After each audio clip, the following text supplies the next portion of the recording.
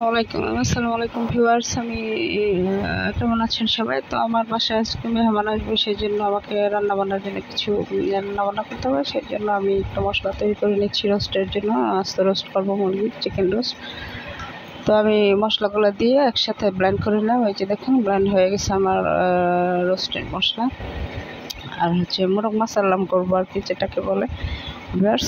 তো আমি এখন মুরগিটাকে কেটে সাইজ করে নিচ্ছি। তো কেটে সাইজ করে নিয়ে দেন আমি মুরগিটাকে ভালো করে ধুয়ে পরিষ্কার করে আমি একটু লেবুর রস, হাফ কাপ লেবুর রস আর একটু লবণ দিয়ে মাখিয়ে দেন আমি মুরগিটাকে ম্যারিনেট করে 2-3 ঘন্টার জন্য রেখে দেবো ভিউয়ার্স। এই যে ধোয়া হয়ে গেছে, ধুয়ে পরিষ্কার করে নিয়েছি। এখন আমি লেবুর রসটা মেখে দিচ্ছি আর লবণ দিয়ে মেখে দেন আমি মশলাগুলো দিয়ে আর রসুনের মশলাগুলো দিয়ে আমি 2-3 ঘন্টার জন্য রেস্টে রেখে দেব। দেন 3 ঘন্টা পর আমি এটা রান্না করবো। তো ভালো করে মাখিয়ে নিচ্ছি। তো মাখানো হয়ে গেছে, এখন রেখে দিলাম রেস্টে। তো 2-3 ঘন্টা পরে যে আমি মুরগিটাকে চুলাতে প্যান বসিয়ে প্যানে তেল 1 কাপ পরিমাণ তেল আর 2 টেবিল চামচ ঘি দিয়ে আমি মুরগিটা আস্ত ভেজে নিচ্ছি, মানে চিকেনটা ভেজে নিচ্ছি। মুরগি বারবার বললে শুনতে খারাপ শোনায় ভিউয়ার্স। তো ভেজে নিচ্ছি। তো ভাজা হয়ে আসলে দেন আমি এটাকে রান্না করে ফেলবো। তো আমি যে পেঁয়াজ বেরেস্তা করেছিলাম, সেই পেঁয়াজ বেরেস্তার তেলে আমি রোস্টটা ভেজে নিচ্ছি, চিকেনটা ভেজে নিচ্ছি। তো এই যে দেখুন, এখন এই তেলে আমি এখন আবারও পেঁয়াজ কুচি দিয়ে দারচিনি, এলাচি দিয়ে কষিয়ে একটু হয়ে আসলে দেন আমি যে মোরগ মাসালামের যে মশলাটা আছে, মুরগিটা মেখে রেখেছিলাম, সেই মশলাটাই দিয়ে দিলাম। দিয়ে কষিয়ে নিয়ে দেন কষিয়ে আসলে দেন আমি চিকেনগুলো ঢেলে দিলাম।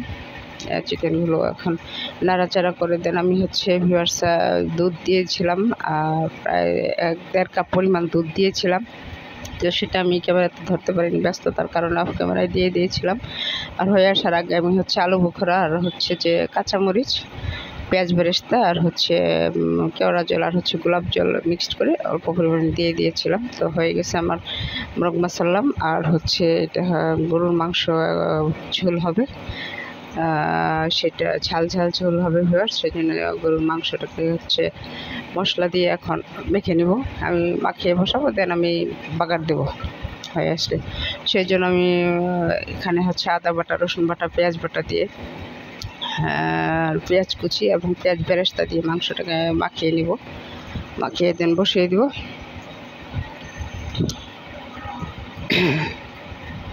তো এই যে বসিয়ে দিয়েছিলাম, মাংসটা আমার প্রায় মোটামুটি হয়ে আসছে। এখন আর একটু পর আমি বাগার দিয়ে দিব।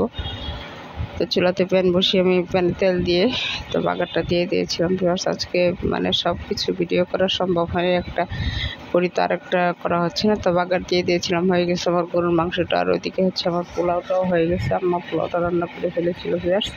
এই যে পোলাওটা পরিবেশনের আগে আমি পেঁয়াজ বেরেস্তা করে রেখেছি, তো সেটা দিয়ে দেবো। আর মিষ্টির জন্য করেছি জর্দা পোলাও।